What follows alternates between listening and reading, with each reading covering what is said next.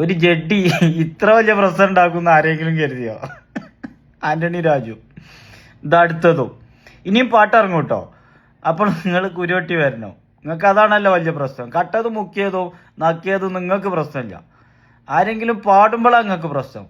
ഇപ്പോൾ സ്വർണ്ണക്കൊള്ള നമുക്ക് അറിയാലോ അമ്പലത്തില്, അതിൽ നിങ്ങൾക്ക് കട്ടോൽക്കെതിരെ നടപടി എടുക്കാൻ നിങ്ങൾക്ക് വയ്യില്ല. പക്ഷെ പാട്ടിറങ്ങിയപ്പോൾ നിങ്ങൾക്ക് വലിയ പ്രശ്നമായിരുന്നു. അതേപോലെ തന്നെ പക്ഷെ ഇത് പാട്ടിറങ്ങുമ്പോൾ ജഡ്ജിനെ പറ്റിയേക്കാൻ എല്ലാത്തിനും ഇടക്കേറ്.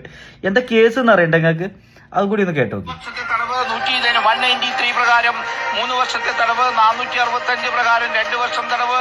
അങ്ങനെ ആന്റണി രാജുവിന്റെ ശിക്ഷ പ്രഖ്യാപിക്കുകയാണ് നെടുമങ്ങാട് 1ാം ക്ലാസ് ജുഡീഷ്യൽ മജിസ്ട്രേറ്റ് കോടതി. നമുക്കറിയാം സുജയ, 1990-ലാണ് ഈ കേസിന്റെ തുടക്കം.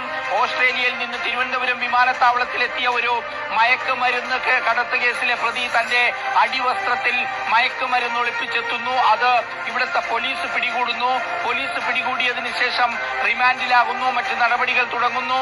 വിചാരണയിലേക്ക് പോകുന്ന ഘട്ടത്തിൽ കോടതിയിൽ സൂക്ഷിച്ചിരുന്ന അടിവസ്ത്രം, ആ അടിവസ്ത്രത്തിന്റെ അളവ് മാറ്റിക്കൊണ്ട് ഇത് കൃത്രിമമായി കെട്ടിച്ചമച്ച കേസാണ് എന്ന് വരുത്തി തീർക്കാനുള്ള ശ്രമമുണ്ടാകുന്നു. അങ്ങനെ ആ പ്രതി രക്ഷപ്പെടുന്നു.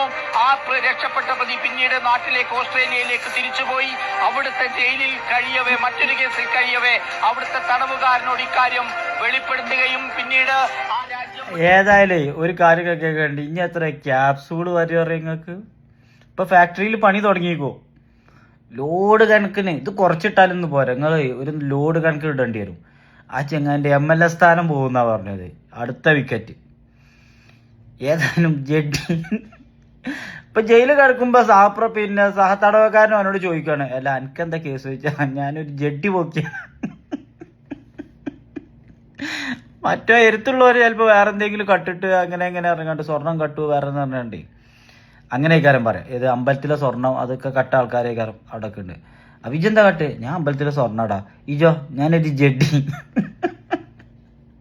അപ്പൊ ഇങ്ങനെ ഏറെക്കുറെ വല്ലാത്ത ചെങ്ങായിമാരെ. ഹുഫ്.